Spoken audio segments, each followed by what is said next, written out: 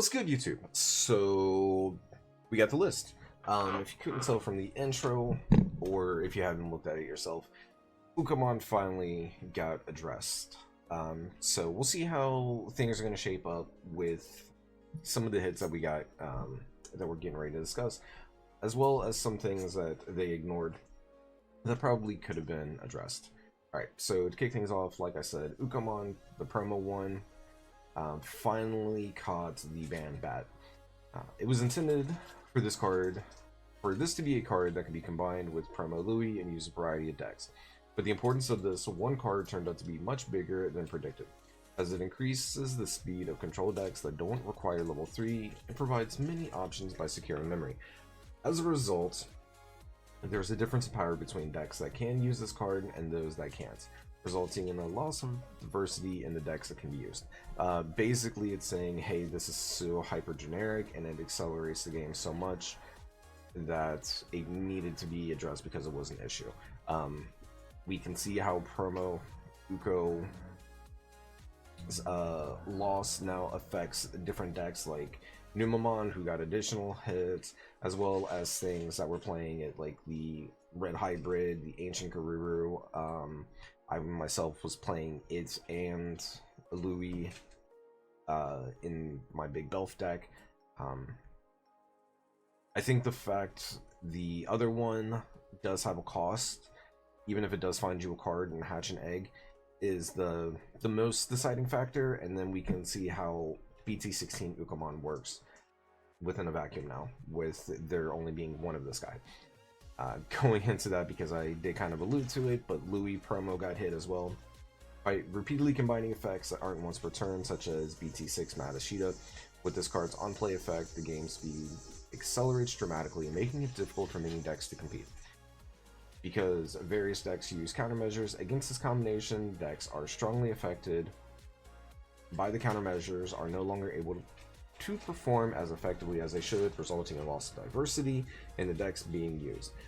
This is pretty much referring to, hey, Louis is such an issue, Ukamon was such an issue, that if you had Digimon Emperor and you could fit it in, you were playing Digimon Emperor as a countermeasure. So, hopefully we can see the amount of use of Emperor toned down a little bit so that people can safely promote again and play the game. Because if you're not playing a deck that heavily abused Ukamon, maybe you're just playing a for funsies deck or something like Fish, and it makes it very hard to promote and just do anything when you're under Emperor. Okay, so now we have Hammer Spark. This card has been used in decks that include blue cards for a long time, but the increased variety of cards available now allows for more card drawing, making it possible to have multiple cards in hand and use them consecutively in one turn. As a result, it has become easier to speed up the game, widening the gap between decks that can use this card and others. I understand the reasoning for the hit. We're going to talk about a few things after we finish looking at the list. Yeah, I mean, I definitely get it. If you're able to play Hammer Spark, get that memory, and keep going with your turn and everything else, and there's a lot of decks that are top of the meta and will probably stay top of the meta that can or possibly do use Hammer Spark. So I do get that one. Free memory is free memory. Next, Awakening of the Golden Knight. This probably was the better hit because I don't believe that Magnamon out of BT16 needed addressed. It's a wall, yes, but it's not. It itself doesn't make it unfair. It's everything else around it that makes it unfair. I would have liked to see it choice restricted with Rapidmon X Antibody, so spoiler there, that didn't happen, but this is at least a significant hit. This card used in decks that mainly use BT16 Magnamon X Antibody, which has a high usage rate in recent game environments. When combined with cards such as level 3 cards that support Digivolution, it is possible to keep Magnamon X Antibody on the board early on and move towards attacking. The above play is very powerful and creates situations that many decks can't handle, aka if you can't out it, you can't out it, and then you're just dealing with a big wall that also can swing and give itself protection. Going on to the next card, Numamon X Antibody. This one, I don't necessarily know if this one was the better hit or Monzemon is the better hit. This significantly slows down the deck, admittedly, so that might have been why they decided on this one. Monze does play out of body and is a source of removal, but this one is very low costed for everything that it wants to do. When using Numemon decks, this card has high board retention from the beginning of the game, and its inherited effect can be reused when combined with other cards, allowing this single card to significantly increase the ability to control the entire deck. In addition, since a level 6 can also be played by its effect, it's easy to digivolve from there to level 7, which has a higher output to create a one-sided board control at an early stage. For the reasons above, we expect this card will play a very large role in the deck, resulting in loss of adversity and cards included, blah blah blah blah blah. Basically playing out a level 6 for free that gains you some memory and does some other things, then you can go into a ruin mode from there to lock out your opponent. Isn't real fun. Nobody really likes that. Numemon did need a hit. It was the dominant deck here in the TCG. It was creeping up and doing a whole lot of stuff in the OCG. So yeah, hopefully this balances out the deck so that it's at least still playable, but fair. I mean, they did kind of get hit 3 different ways on this list. Alright, so next up, TK out of BT14.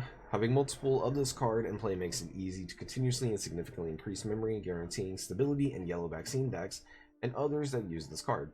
Also, this card's role through the entire game becomes significant, since the effect will increase or decrease the security cards, effects that which increase or decrease the security cards can be activated for low memory cost. On top of this, having memory gained after recovery effects lets the player do more and make matches take excessively longer.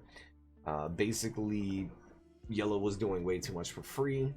Let's not hit Emissary, which probably should have been hit, so spoiler there as well. But hit the card that allows for the setting up of security. I don't disagree with it. Makes sense. Because nobody really likes watching their opponent evo into a Patamon and then play a TK to stack memory and put you to 2, and then go cool. Not stack memory, stack security, and be off to the races from there. And then the final one is Gabumon BT, or not BT, Structured Deck 6 Gabumon, unrestricted. In past game environments, when this card was widely used by combining it with a Digimon that had an effect that let it attack consecutively and activating its inherited effect that doesn't have once per turn multiple times, it increases the speed and consistency of decks that made use of the trash.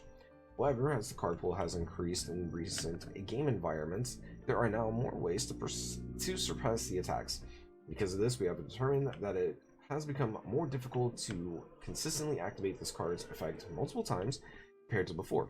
Therefore, we have decided to change this card from restricted to 1 to unrestricted. I'm glad to have this back. As a purple player, I like having my little lizard dude back. I don't think it's inherently too strong. It's nice to see. I would like to see the Gabumon X back, but I'm not gonna be asking for too much because that does do a whole lot more than just things for Garuru, in my opinion. So we will see how things shape up with these. I mean, TK getting put to 1 hurts yellow decks. Numemon, Louis, and Uko hurts the Numemon deck. Awakening getting hit hurts the Magnemon decks. Hammer Spark is going to hurt decks that play Hammer Spark. Louis and Uko getting hit, it curves down some of the speed that you can do with like a Rookie Rush deck or just other high synergy things. The Gabu Bond, even me playing Big Belf, I still use these guys. So real quick though, some cards that they didn't touch that they probably should have. Thomas H. Norseman from BT4 or Mirage Galgamon out of BT11. I really do wish Bandai would stop being afraid to hit super rares in this game. Mirage Galgamon is probably going to go back to being one of the more dominant decks. It hasn't really left the format whatsoever, and having been around for over a year, it needs hit in some way. so that there's some more diversity and freshness in the format. My call was actually Thomas because I know that they are very apprehensive of hitting super rares, but Thomas being the card that lets them consistently OTK via its unsuspend was probably one of the better ones that they could have done, but we'll see how things shape up. And then Gravity Crush and Blinding Ray, if you're gonna hit Hammer Spark for the same reason, you could hit Gravity Crush, you could hit Blinding Ray, you could hit Jack Raid, because all of these are just cards that gain memory for no cost. In Blinding Ray's case, you gain memory and you activate Magnamon X Antibody, because a lot of decks, even ones that are just the blue base of Magnamon, I see play Blinding Ray as a way to trigger the unsuspend, the protection, gain some memory, and do things. And then Gravity Crush, the same thing. Even though these don't add themselves to the hand, the fact that they're just 0 cost, gain memory, do the thing. Yeah. So that's my thoughts on it. We're gonna see how things shape up in the next couple of weeks. EX7's right around the corner, so we're gonna get the stuff out of that. It might shake up the meta a little bit. We'll see. Hopefully this doesn't become something that's dominated by Imperial, which probably was a little too early to hit, unless they went back and hit some of the older cards, like the memory gaining Vmon, or not Vmon, X Vmon and Stingmon, and Mirage. So we'll see how things go. But if you like the content, please leave a like. If you dislike it, leave a dislike. That's absolutely fine with me. Leave a comment where I can improve. Let's get a discussion going on your thoughts on this ban list and everything too. If you want to come hang out over on Twitch, where we played DCGO, we play webcam games, we do a lot of RPGs, fighter stuff like that, see the more uncouth side, by all means, please do. If you can't tell, I'd like to do things in one take, so we're gonna cut it here. Take care, everybody.